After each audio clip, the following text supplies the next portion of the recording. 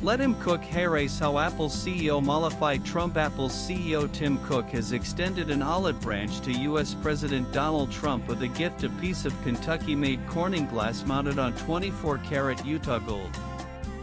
In Trumpian America, relationships are indeed worth their weight in gold. Cook's visit to the Oval Office was not merely about presenting a trinket to the president. He was there to secure a deal that would save Apple billions of dollars and, more importantly, from the threat of Trump's 100 tariffs on semiconductors. The gift appeared to work. Within hours of Cook's arrival, Trump announced that companies building in the United States would be exempt from chip tariffs. However, this favorable outcome for Apple came at a significant cost. The tech giant has committed $600 billion in U.S. investments, including an additional $100 billion. Apple's investment will span facilities in Arizona, California, Kentucky, Ohio, New York, and North Carolina, promising 450,000 supplier jobs and 20,000 new hires of American workers focusing on R&D, chip design, and AI development. This development was a major win for Trump's Make America Great Again agenda. Trump was quick to boast about the achievement, taking a direct jab at India. Apple will invest a record $600 billion in the U.S., the largest investment Apple has ever made in America.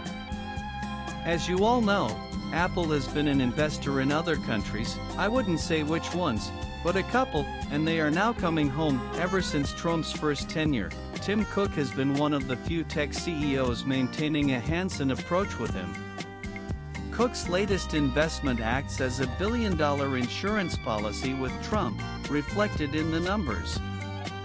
Apple reported $800 million in tariff expenses last quarter, with projections rising to $1.1 billion for the September quarter.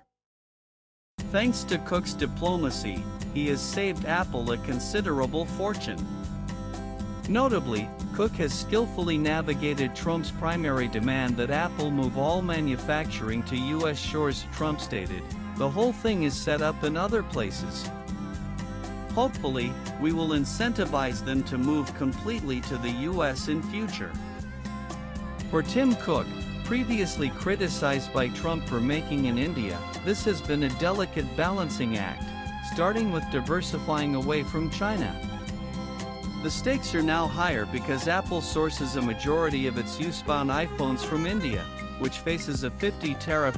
So, will Apple's India operations be impacted as far as iPhone assembly is concerned? Demand for both the US and India in the ongoing quarter can be met with capacity from India. Apple's US manufacturing commitments are primarily for chips and other components not made in India. Shifting assembly infrastructure to a high labor cost country like the US is impractical. Swipe left for next video. Apple currently meets demand through the Foxconn assembly unit in Sri Perumbudur, the Pegatron facility in Chengalpattu, the component manufacturing unit in Krishnagiri, and the new Foxconn facility in Tumkur. Two of these units, in Tumkur and Krishnagiri, have completed construction, with production starting soon. Further manufacturing commitments by Apple will depend on more clarity about the bilateral trade agreement being negotiated between India and the US. In Trump's unpredictable world, there are no permanent friends or foes. It's uncertain how long Cook's diplomacy will shield Apple from Trump's tariffs. Latest blogs.